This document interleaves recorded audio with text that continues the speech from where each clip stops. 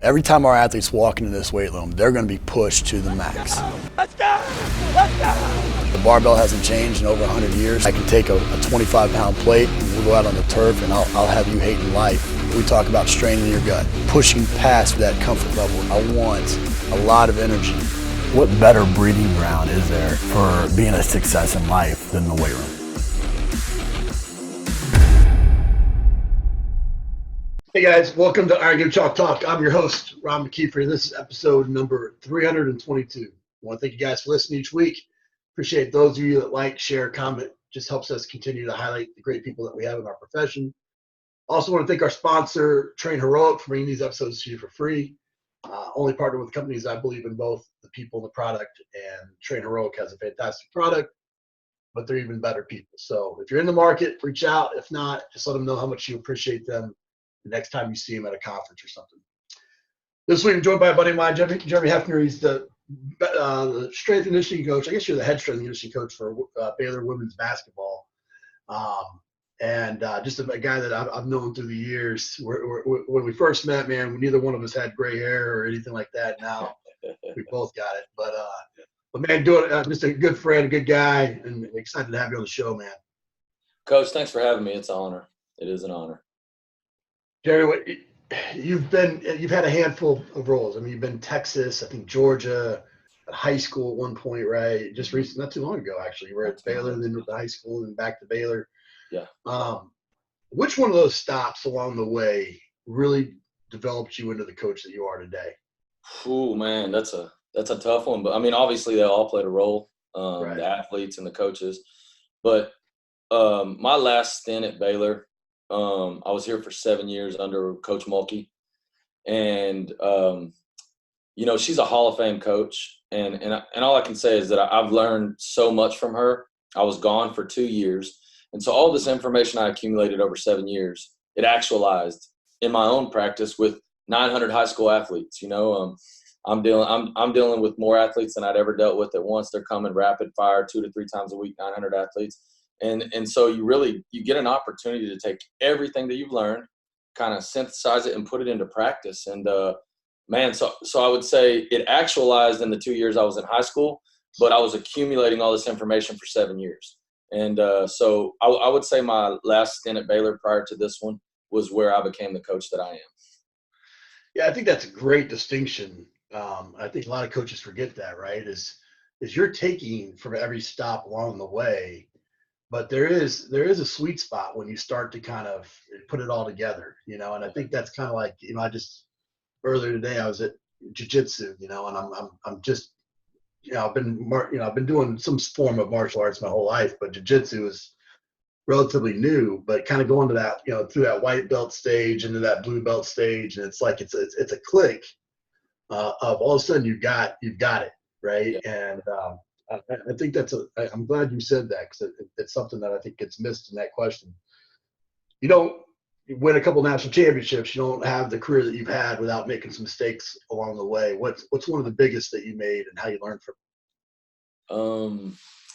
it? The biggest one I think we've all made. I thought too highly of myself and my profession and didn't realize, there's value in it, certainly, and we do play an important role, but at certain times of the year, it's much less than it should be. In certain times of the, it's more than it should be. But that was really when I got to basketball. That's really when I understood. I had them all off season. I was blowing and going, and then we get into in season, and it's like my voice is not completely diminished, but it's hard to hear. And I just put too much emphasis on what we were doing and didn't realize where it fit into the entire piece, and I think, again, it happened at Baylor. I started to realize I got to be with the staff in every staff meeting. I was at every practice. I was at every training session. I knew everything. I had all of the information now, and so I was able to put myself in the place that I needed to be when I needed to be there, as opposed to thinking that it was all about what I was doing all the time, because anybody who's had success knows that it's not. Yeah, it takes you back to when I was at Tampa Bay Buccaneers, very first, one of my first jobs, and we're going through, staff training, and Marcus Anovich has us draw a circle on the grease board. I think it was a chalkboard that shows our age, right? I think it was a chalkboard. And he's like, all right, now take, section that pie off into, how much of importance you think strength and conditioning is, and sleep, and, all the, recovery, all these different elements, right, that go into performance. We had to rattle all those off, and then it's like, okay, put a percentage of that in a pie chart.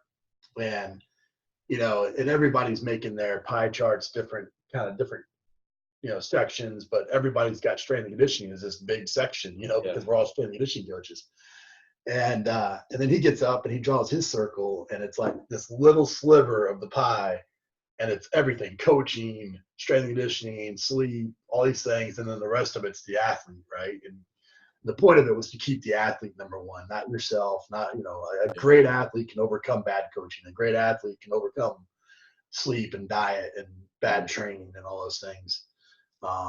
And so we have to always keep that front. That's something that came to mind. It's a good memory. One of the things I talk about, and this is actually Marcus Anovich that did this, was in my interview, he asked us to define strength. And that was something that was really hard for me at the time. I'm pretty sure I gave him the power definition, but, here's the most fundamental thing of strength and conditioning, and not being able to define it, what that core premise is, was something that woke me up to this whole process. I know you've talked about this before as well. When you're talking about defining strength, what do you mean? Well, Coach, it's one of my favorite things to talk about. And I don't have an answer because it's constantly evolving. I'm constantly learning. But if we're talking in the weight room, we're talking about training joints in a coordinated manner through a full range of motion. That's what strength is to me. And that's what I look for. But obviously it's three-dimensional. It's multi-dimensional, not three-dimensional, so strength means a lot of things. And so for me, I keep coming back to this: can I do the right thing at the right time in the right situation, regardless of the circumstance? And so for me, that's what strength is. Are we doing the right things at the right time, regardless of our circumstance? Am I able to train even though I'm tired? Can I still do what is asked of me? I had a bad day. Can I show up and give my best effort at practice? And so for me, that's what strength is. Yeah, I think, obviously there's the mathematical equation of strength, right? And the definition of strength. And there's, what people will, inner strength and mental strength and those types of things. And I think when we're talking with athletes, it doesn't take you very long when you're in the strength and conditioning field to know that, there's going to be an example of somebody that's not very strong that's great at the sport, or somebody that's, complete opposite of that, or somebody that just has this resiliency that is just incredible. And so, I made a post yesterday or the other day about my daughter doing a deadlift, and it was awful technique. Yeah. It was awful technique, but she had missed twice, and she just wouldn't let it go. And but then she jumped in and she ripped it on her third one, and she just overcame that. And so, like, that to me was an example of strength, right? It was absolutely overcoming something that that the lesson sometimes is exactly that. You just got to overcome it any way you can. Yeah, absolutely. I read, I'm trying to find this quote that we're going through the book Team of Teams. I don't know if have you ever gone through that? I haven't, no. But there's a quote, and here I found it. It's from Peter Drucker, and it says, "Efficiency is doing things right. Effectiveness is doing the right thing." Okay. Yeah, I've heard that quote before. Yeah. To me, that kind of makes sense for what you're saying. Is sometimes it's efficient, but is it effective?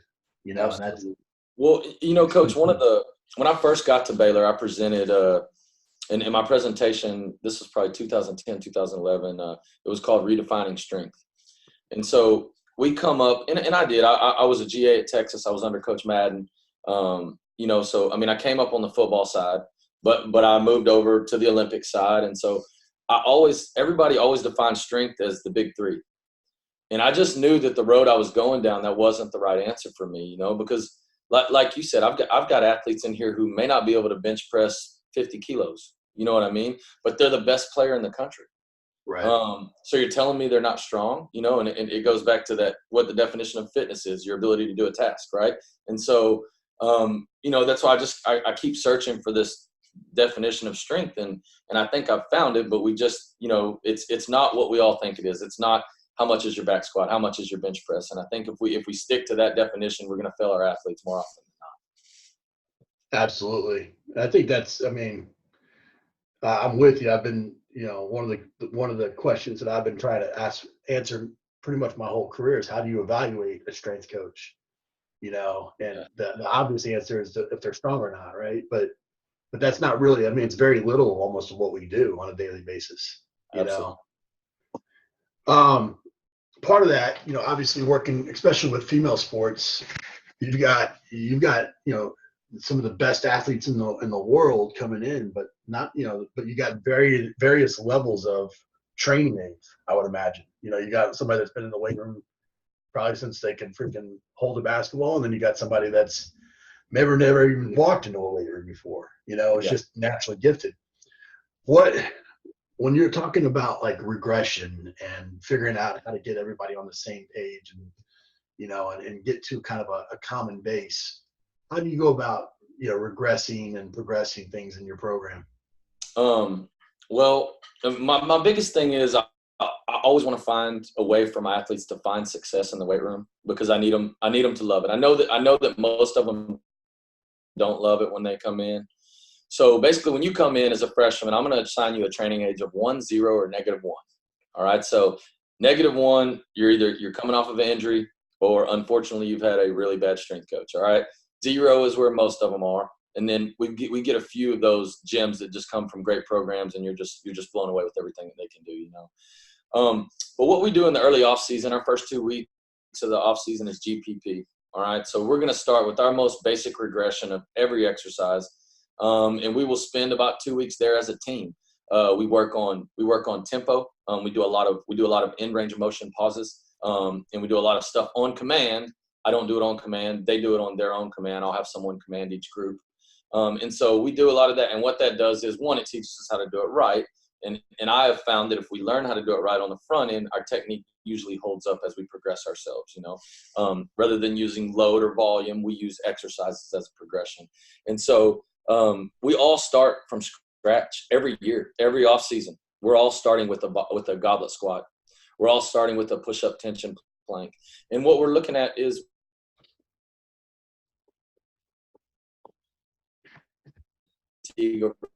for 3 years. It's giving them some time to allow their bodies to recondition themselves and recover. All right. And at the same time, the freshmen are learning the techniques. So we're all going to progress together those first 2 weeks. Where we branch out from there is totally dependent on training history and their current abilities. And so you may have a senior that goes straight into a back squat after our GPP phase, and you may have a freshman that sticks with goblet squat pauses for a little bit longer. It really just depends on how they develop. And it goes, the saying that I've become accustomed to is I took from Coach Sco is unified, not uniform. We're all going to train squat pattern, but you may see 7 different squat patterns in the off season if you come into my weight room on the same day. Agreed. Managing stress as a strength and conditioning coach. I mean, again, we've been in it for a while now, and stress is stress, no matter how you dice it up. Stress is stress for our athletes, no matter how you dice it up. What have been some methods that you found to manage your own personal stress, but also what are some tactics that you've used with your athletes to help them manage theirs? That's a good one. So for my own personal stress, one of the big things I do is I'm going to get my 7.5 hours of sleep every night. I went through a phase of about a year where I didn't get to when my daughter was, wasn't quite a year old. But outside of that, I prioritize sleep. Sometimes maybe to my detriment, but I just know I want to be my best when I get to work every day. It's a big deal for me. So I mean, I'm not afraid to go to bed at 8:30 at night if that's what it takes. As long as my daughter's asleep. That I also my wife and I, we cook a lot. I actually have celiac disease, so it's what people would call a gluten allergy. But we can't eat out a lot, and so our diet. I'm not going to say we don't have the cleanest diet in the world, but we cook every meal that we eat, and so I think that helps me a lot. From a student athlete standpoint, I'm real big on reading the room and reading myself. So for instance, in season, we get back from a road trip. I get up the next morning, I get ready to train, and I feel like crap, right? Well, I didn't play a lick of ball. I didn't get fouled. I didn't get slammed on the floor. I didn't get cussed at by coach. Well, I may have gotten cussed at by coach. But I just know if I'm feeling that way, the way that they feel has to be a tenfold. So I read the room and I read myself as well. If I'm agitated and aggravated and I know that everything in my home life is good, then it's probably something with the team. And so I really pay attention to my internal cues on how I react to the team. But as far as the athletes go, I will cut a lift short. And that's a big thing. Coaches are never going to go easy when it's time to grind. And so I'm real big on giving up my time because I think it's valuable. I may still bring them in the weight room, but we may do a recovery day. And that's something I learned from my coworker, Charlie Melton. I mean, he's one of the best at that. I mean, that guy is, he's taught me a lot in the game. But I will find a way to improve their readiness state, and it generally will not come from the weight room. It could be that we have an impromptu meal after practice and I get them some good home cooking, and it's my nutritionist may not support it, but emotionally that's what we need. And that's where we're at. So, and luckily at where I'm at, I have the freedom to do things like that. I can shoot from the hip sometimes, and I have the support to do so. Yeah, I think it's so important. I think so many times, kind of like we were saying earlier, where you're so dialed into kind of the set rep scheme, or how the importance of strength and conditioning is. And when you do have a framework of understanding that it's not the most important thing, it's an important piece of the puzzle, but it's not the most important piece of the puzzle. Then making those kinds of decisions doesn't make it, it isn't that big of a deal. I know, powerlifting coaches, that are strength coaches that have maybe a powerlifting background, that if you came downstairs and said you can't do deadlift anymore, you would see the freaking smoke coming out of their ears. It'd be or a weightlifter, you can't be doing a snatch or whatever. There's always a way to train around things. There's always a way to introduce some new things, and anything in moderation isn't bad, right? I mean, them having a pizza isn't the worst thing in the world. Absolutely. Not to eat pizza every single day, then that becomes a problem, right? Yeah, absolutely. So one of my core principles is consistency breeds intensity. And so what I mean by that is we're going to train, and we're going to train consistently. And what I've found out, especially with female athletes, you train consistently. Well, one day they're just going to come in and they're going to want to go get it. I mean, they just are. They just feel good and they want to go. And I'm not going to hold them back. But at the same time, it gives you the freedom we've trained consistently. We haven't missed a lift, all off season. So now I know going into the season, when there's a day that it's not a good day to train, that we've really worked hard on the court, coaches kind of got into us. We need some time to allow things to kind of marinate inside of us. But we're going to take the day off. We're going to come in. We may hit a foam roll. We may not do anything. I owe them an ice cream trip from this summer from a competition we have. So I'm holding that for a day where I may cancel a lift and we may go get ice cream. I know that that's not in the textbooks and that's not what you want to hear, but that's the reality of it. When you get to be with the team every day and you get to ride the emotional wave and the emotional roller coaster, and you get to talk to coach every morning and you get to see both sides and you're kind of the middle man, it allows you to make some really educated decisions. Agreed. Yeah, I agree 100%. You mentioned, working with a female sport, and obviously, I mean, you're former military, you worked on the football side for a while, and all of a sudden now you're with a female sport, an elite female sport, but a female sport. And talk a little bit about that transition, of how you had to did you have to change mentally? Did you have to approach it in a different way? Or do you just treat them like, hey, these are athletes and let's roll their sleeves up and go? I very much treat them like athletes. I think that they've proven that that's what they are. So I very much treat them like that. I won't say that I made the transition when I initially came to female athletics. I have a daughter who turned 4 yesterday. I will say that I made a big transition in that first 6 months of being a father. Now knowing that my words were coming, that they weren't just speaking to an athlete. I guess it's not so much about male, female. It's about they're a daughter, they're a sister, they're a friend, and really making them more of a human being and less of an athlete or a commodity. That was a big change in my career in the way that I communicated with my athletes. As far as training, no. I mean, we go get it. We do what we need to do, and we train just like an athlete would train. There's definitely not there's no room for it. They want you to push them. You know, one of Coach Mulkey's favorite quotes is, "Your chief want in life is for someone to push you to be the best you can be." And I love that quote, and it's true. You show these girls that you'll give them everything that you have, and they will give you everything that they have, and that's the bottom line. And so, no difference in my approach other than me growing as a person. My verbiage, the way that I talk, that stuff kind of changed probably about 6 or 7 years ago. You know, as I started to become a parent, and I just started to see that perspective that I hadn't been looking at it from. Yeah, absolutely. I agree with that 100%. I think when you do become a parent, it changes a lot of things, not just how you view your athletes, but it changes a lot. I think combining that with having a daughter, you know, and, it's like if somebody came in and said my daughter couldn't do anything, I'd go punch them in their face, you know, 100%, you know. 100%. I think what advice would you have for maybe that male coach that's maybe a little rough around the edges that's at a high school somewhere? How do they go about getting those young female athletes to get to want and to be in the weight room? Man, it's something we just talked about. Well, there's a couple things, but regress for success. You know, if she can't bench the barbell and she can't do a push-up and you're just going to berate her, I mean, that's not going to achieve anything. Find a way to show her that she just got stronger. And it may just be teaching technique. It may be staying tight through a lift, you know, whatever it is. Find a way so that she can achieve success and watch what happens. All right. Just if she's good at squatting, build up her squat and find a way to train what she's not good at. But let's go ahead and hang her hat on the squat or whatever it is that she's good at. If she's the best conditioned athlete, remind her of that every time that she fails in the weight room. But regress for success. Find a way for her to be successful. And once you show her what success feels like in the weight room, I mean, you've just opened the floodgates. The other thing is that we also talked about is keep the goal the goal. I mean, this is a Dan John thing, but like the goal is not to bench press 100 pounds.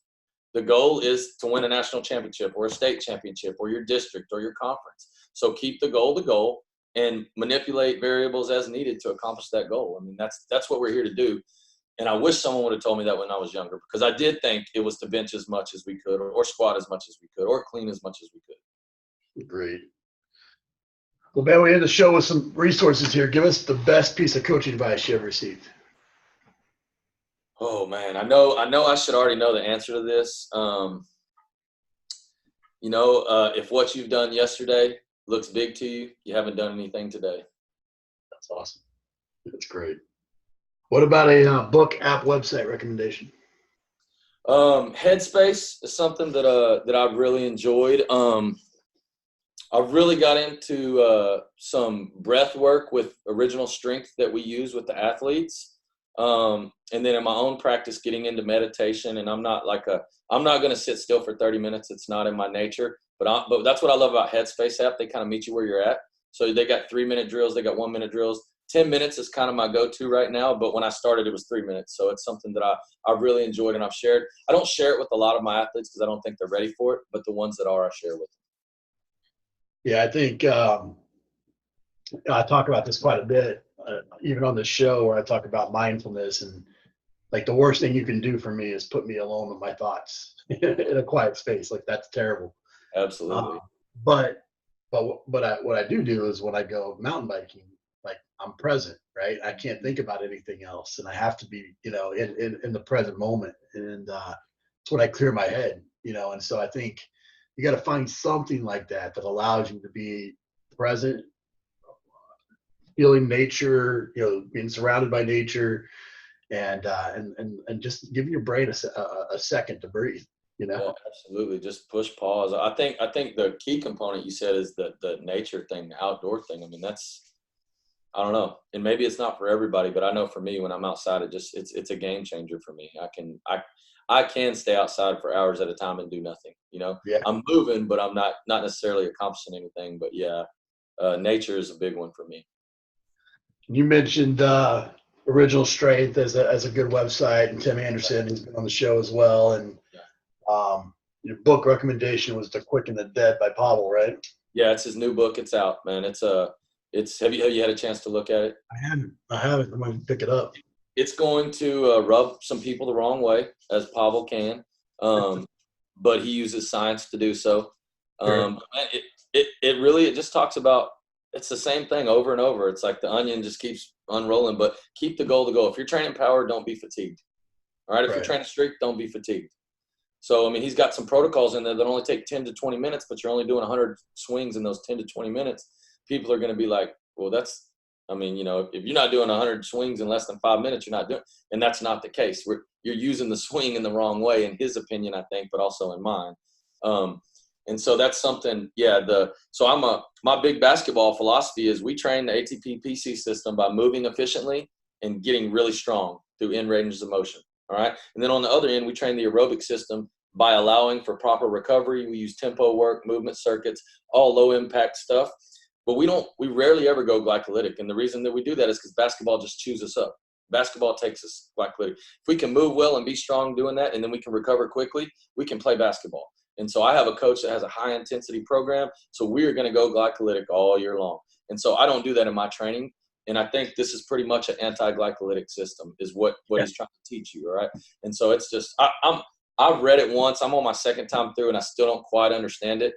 But I know there's so much value in it. It's just, and he simplifies everything. I mean, he's the one who started this whole reverse engineering process, you know, like he was the first one I ever heard say that.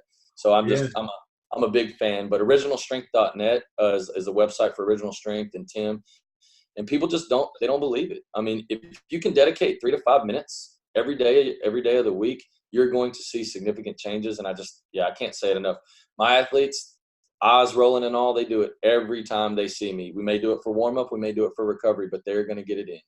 Yeah, I think it's. I just have Tim's latest book on my bookshelf as well. I agree with you. It makes so much. Again, it's also one of those things like it's too simple to make. That it's too simple. That this is how you learned how to do all these movements. Yeah. You know, from birth. Yeah. And we just completely forget about them. You know, and I agree. Well, man, like I said at the beginning, you're a guy that throughout your entire career have done it. You know, you've been you. You've obviously researched and made sure that you learned from a variety of people and built up your toolbox throughout. And you've done it with grace. And you've done it at a high level everywhere you've ever been. And so I appreciate you coming on the show. I appreciate what you do for the profession. And thanks so much, man. Well, Coach, I really appreciate you having me. It's an honor. I feel like I'm big time officially now. You've always been big time, Fred. You got that big old freaking ring on your finger. I don't got one of those. Yeah, well, I'd hope to get another one, I'll be honest with you. No doubt. That's it for this episode of Iron Game Chalk Talk. Thanks to this week's guest as well as our sponsors for bringing this episode to you for free. Make sure to check out ronmckeefery.com where you can join our mailing list, find the show notes, including all the links and resources mentioned, and information about Coach McKeefery's other products. While you are there, please join Coach McKeefery in the comments section thanking our guest for sharing. If you haven't subscribed to Iron Game Chalk Talk on YouTube or iTunes yet, make sure to do so. Comments, ratings, and reviews are always welcome. Coach McKeefery can be found on Twitter at @RMcKeefery, on Facebook and YouTube at /Ron.McKeefery. That's it for this week. Be sure to check back next week for another great episode of Iron Game Chalk Talk.